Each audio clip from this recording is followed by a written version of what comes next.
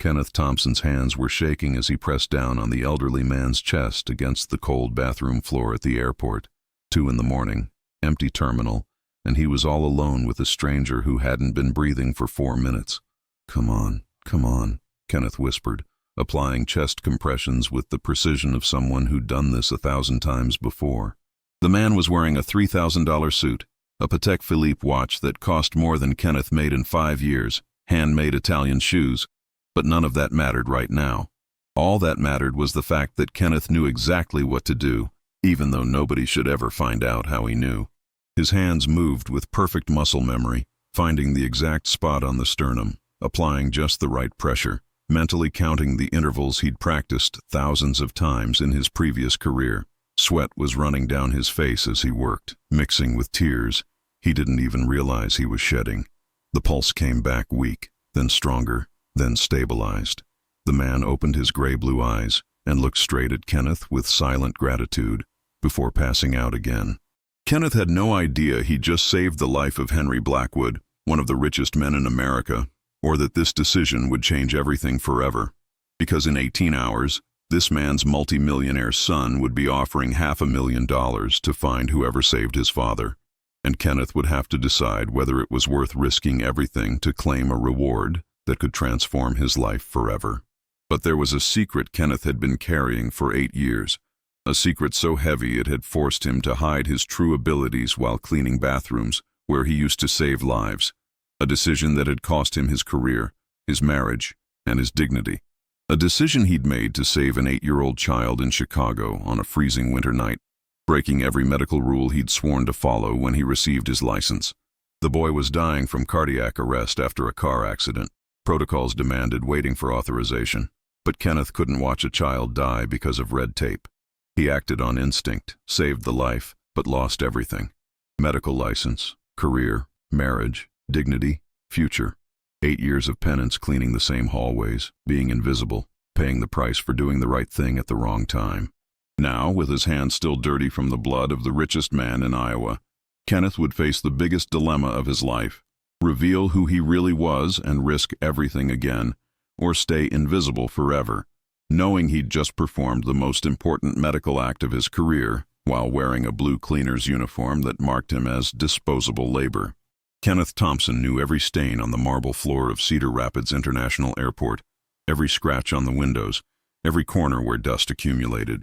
8 years cleaning the same hallways, always on the overnight shift when people were sleeping and he could work quietly with his ghosts. At 52 years old, his calloused hands carried more memories than any diploma on the wall. Memories of when these same hands saved lives on the most dangerous streets of Chicago, when he was respected, when Linda smiled at him every morning before leaving for her shift at the ER. Now she wouldn't even take his calls, had blocked his number after his last desperate plea for reconciliation. Kenneth made $12 an hour, a pittance that barely covered rent at the trailer park where he lived, a place where the heating failed every winter and neighbors screamed until all hours. Even so, he sent $400 monthly to help Linda with her diabetic mother's treatment, a penance he paid willingly, a silent way to apologize for destroying the comfortable life they'd built together over 15 years of marriage. It was his way of proving he was still the man she'd loved, even while working as an invisible cleaner. But that Tuesday morning, when his hands touched Henry Blackwood's absent pulse, all his medical instincts awakened as if they'd never gone to sleep. 15 years as a paramedic in Chicago had taught Kenneth to recognize death when it arrived, and Henry Blackwood was technically dead when Kenneth found him. No detectable pulse, no audible breathing, pupils dilated and fixed like dark glass. A massive heart attack at 74 years old, alone in an airport bathroom at 2 in the morning, the worst possible combination of circumstances. Kenneth knew exactly what the numbers said. He had at most 6 minutes before irreversible brain damage would begin, then 8 minutes before clinical death became irreversible. No medical equipment, no defibrillator, no medications, no help, just his experienced hands and medical knowledge no cleaner should possess. He knelt on the cold ceramic floor, positioned his hands at the exact spot on the sternum he'd memorized decades ago, and began chest compressions counting mentally 32, 33, 34. He monitored the carotid pulse every 2 minutes, controlled small nasal hemorrhages with toilet paper, tilted the head at the perfect angle to keep airways clear. When he realized he needed artificial ventilation, he improvised an oxygen mask using a clean plastic bag from the trash and the hollow tube of a cleaning product, creating manual positive pressure. For 18 grueling minutes, Kenneth kept Henry Blackwood technically alive using advanced techniques he'd mastered on the most violent streets in America. When he finally heard the ambulance sirens, they found Henry stabilized, breathing assisted, pulse weak but steady. "Who the hell did this?"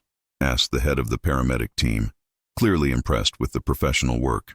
Kenneth just mumbled something about trying to help, quickly put away the improvised materials, and quietly returned to work, carefully cleaning the blood from the floor with the same hands that had just performed a medical miracle that would save a multimillionaire.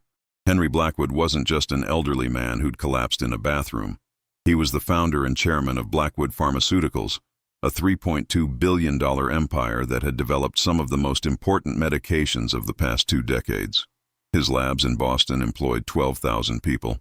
His patents saved millions of lives annually, and his influence in the American healthcare sector was comparable to that of small countries. But none of that mattered while Kenneth performed CPR on the cold floor of an Iowa airport, keeping Henry's heart beating with the strength of his own hands. Kenneth didn't know he was saving one of the most powerful men in America. To him, Henry was just another life at risk, another chance to do what he was born to do, even if it cost him everything again.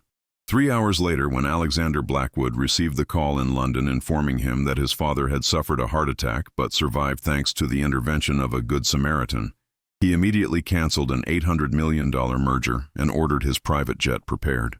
Alexander knew that men like his father didn't survive massive heart attacks by luck.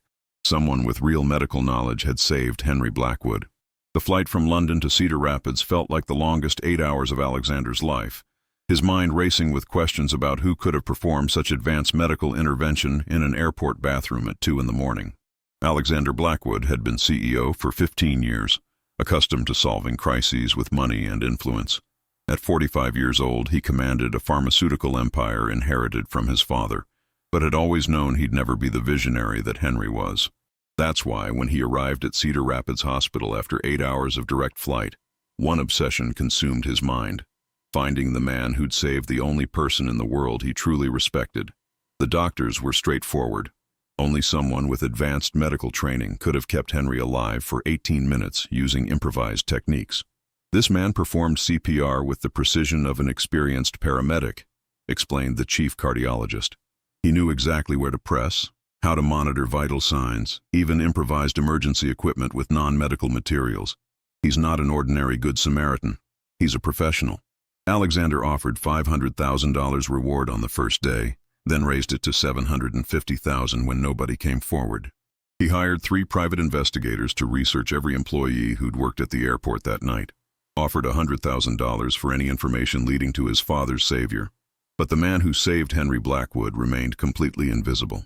Alexander walked the airport hallways for hours, studying security footage, interviewing night shift workers, but somehow the hero who'd brought his father back from the dead had vanished without a trace. While Alexander walked the airport corridors offering fortunes, Kenneth was cleaning the same windows just a few yards away, invisible like all the blue uniformed workers that people like Alexander never really saw. It was an irony that cut Kenneth deeply. He'd spent years being treated as invisible by society, and now that invisibility protected him from the recognition that could change his life. Kenneth watched from a distance as Alexander got emotional talking about the guardian angel who brought his father back from the dead, offering enough money to pay off all of Kenneth's debts, buy a decent house, maybe even win back Linda's respect. But accepting that reward would mean revealing how a cleaner knew advanced medical techniques, which would inevitably lead to questions about his past, about why an experienced paramedic was cleaning bathrooms. Kenneth knew the power of men like Alexander well. They asked questions until they discovered everything, and everything included that night in Chicago when Kenneth broke medical protocol to save a child, losing his license and destroying his life. As the investigation intensified and investigators began interviewing airport employees, Kenneth realized it was just a matter of time before his identity was discovered. The tension grew with each shift. Every time he saw Alexander's determined face on the local news, offering more money and promising to find the mystery hero, Kenneth felt the walls closing in around him. The pressure mounted when Henry finally woke up completely in the hospital and began describing specific details about the techniques his savior had used. He knew exactly where to place his hands, Henry explained to Alexander and the doctors. It wasn't just basic CPR. He monitored my carotid pulse, controlled minor bleeding, even made some kind of improvised oxygen mask. His hands moved like someone who'd done this hundreds of times before. Alexander absorbed every word, his determination growing exponentially. He was no longer looking for a good Samaritan. He was hunting an experienced medical professional working undercover. The investigators intensified their research, focusing on employees with any healthcare background. Kenneth knew his fingerprints were in the system from his licensed paramedic days, that his previous employment records would eventually surface in any serious investigation. He had maybe a week before being discovered. The dilemma became more acute with each passing hour. Stay hidden and watch Alexander desperately search for the man who was right in front of him, or reveal himself and face the consequences of exposing a past he'd spent 8 years trying to bury. The $750,000 reward was tempting, but Kenneth knew that men like Alexander Blackwood didn't hand out fortunes without asking deep questions about why someone qualified was working as a cleaner. The investigation was closing in, and Kenneth could feel his carefully constructed invisible life beginning to crumble around him. The discovery came unexpectedly on a Thursday night when Kenneth was cleaning the bathroom where it all began. Alexander appeared alone, without investigators or cameras, just a 45-year-old man searching for answers. "You're a doctor," Alexander said, not as a question, but as an absolute statement.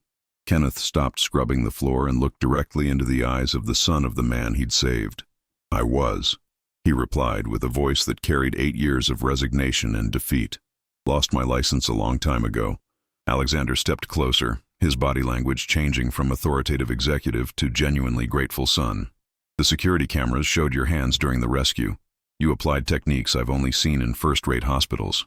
My father wouldn't be alive without you." Kenneth felt a lump in his throat. For 8 years, nobody had recognized his medical skills.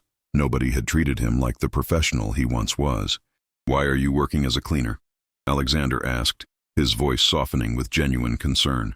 "What happened to you?" Kenneth knew this moment would come, but wasn't prepared for the kindness in Alexander's voice. He told everything.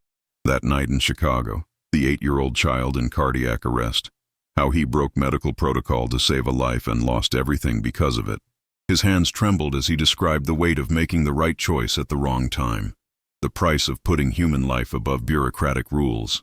Kenneth described how he'd found the boy at a traffic accident scene, how medical protocols required waiting for authorization before certain interventions. But the kid was dying and there was no time to waste. "I disobeyed direct orders and applied an unauthorized procedure," Kenneth explained, his hands shaking slightly with the memory. "The boy lived, but I faced a disciplinary hearing. Lost my license, faced a lawsuit, spent all my savings on lawyers. My wife couldn't handle watching our life fall apart because I saved a child. The divorce came along with bankruptcy." Alexander listened in silence, absorbing every word with growing respect. "You sacrificed your career to save a child," he said finally, "and now you saved my father. You didn't lose your medical calling. You were unjustly punished for using it when it mattered most."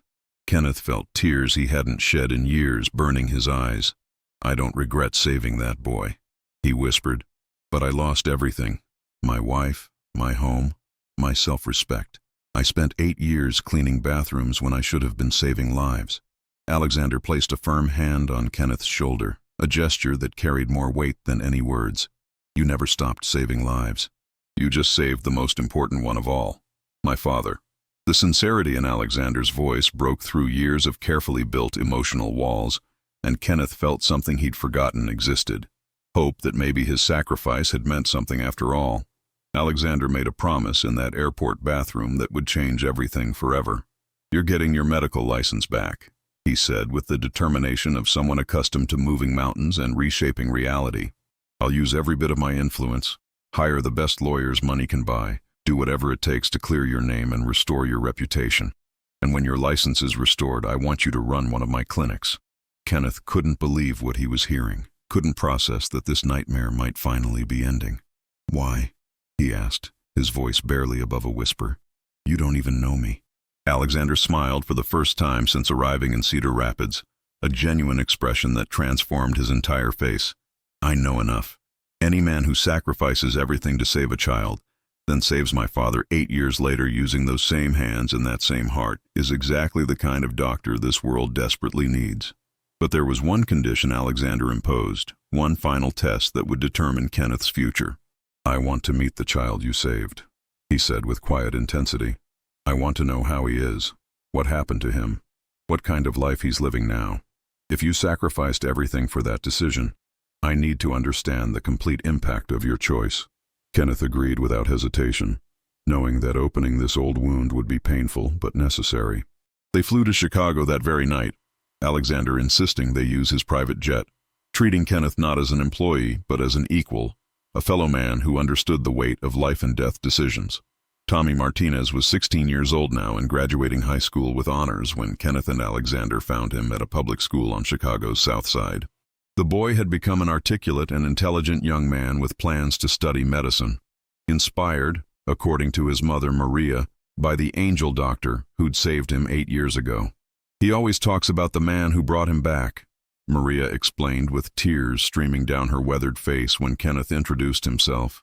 "Tommy says he's going to be a doctor to help kids like he was helped.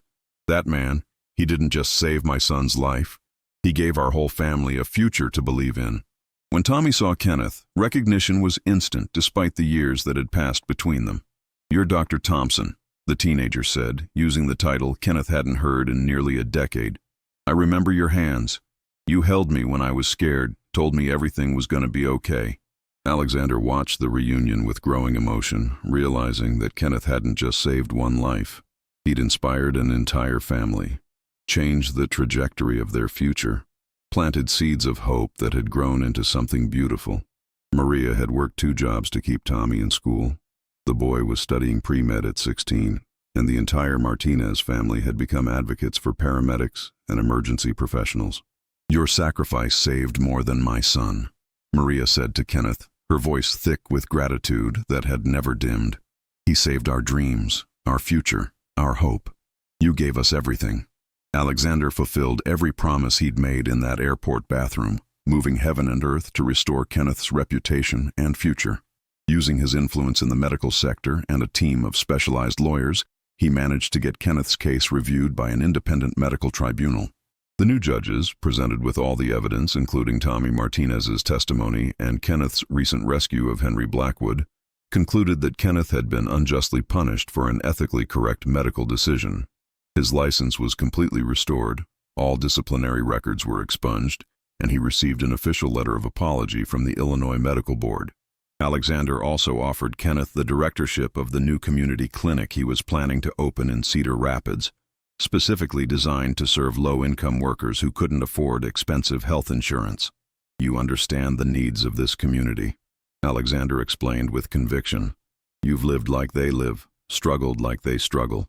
You'd be the perfect medical director." Kenneth accepted, knowing he could finally use his skills to help people who, like him, had been forgotten by the system. The clinic would be entirely funded by Blackwood Pharmaceuticals, but Kenneth would have complete autonomy to decide how best to serve his community. For the first time in 8 years, Kenneth felt like his life had purpose beyond mere survival. The most significant transformation came when Kenneth called Linda for the first time in 2 years. She answered hesitantly, but her voice changed completely when Kenneth explained everything that had happened. "You got your license back?" she asked, barely able to believe what she was hearing. "Kenneth, are you okay? Is this real?" For the first time since the divorce, they talked for hours, Kenneth telling her about Henry Blackwood, Alexander, Tommy Martinez, and the second chance he'd never imagined possible. "I always knew you were an extraordinary doctor," Linda admitted, her voice breaking with suppressed emotion. "I just couldn't handle watching you be punished for doing what was right. I lost faith in the system, not in you." They agreed to meet when Kenneth returned to Chicago to visit Tommy, a cautious first step toward reconciliation. Linda had kept all the thank you letters Kenneth had received over the years as a paramedic, letters from families whose loved ones he'd saved, testimonials from colleagues who respected him, evidence of a career dedicated entirely to saving lives. "I kept everything because I knew that someday you'd need to remember who you really are," she said with quiet certainty. Kenneth realized that despite everything he'd lost, He'd never lost the essence of what made him an exceptional doctor. The skills, the compassion, the willingness to risk everything for a stranger. That had never left him, even when he was invisible in a cleaner's uniform. 6 months later, Dr. Kenneth Thompson was wearing a white coat again, this time embroidered with his name and the title Medical Director at the Blackwood Community Clinic in Cedar Rapids. The grand opening attracted hundreds of people from the local working-class community, cleaners, factory workers, families who would finally have access to quality medical care without going into debt. Henry Blackwood, completely recovered, insisted on cutting the ribbon alongside Kenneth. "This man brought me back from the dead," Henry told the crowd with genuine emotion. "Now he's going to take care of all of you with the same hands that saved my life." Linda was in the front row, smiling with genuine pride for the first time in years. They were still working on their reconciliation, taking things slow, but she'd moved to Cedar Rapids and accepted a position as head nurse at the new clinic. "I always knew you'd go back to saving lives," she whispered to Kenneth during the ceremony. "I just had to wait for the world to remember what I never forgot." Tommy Martinez was also there, now a pre-med student at the University of Iowa on a full scholarship funded by the Blackwood Foundation. The foundation Alexander had created specifically to support young people like Tommy who wanted to pursue medical careers.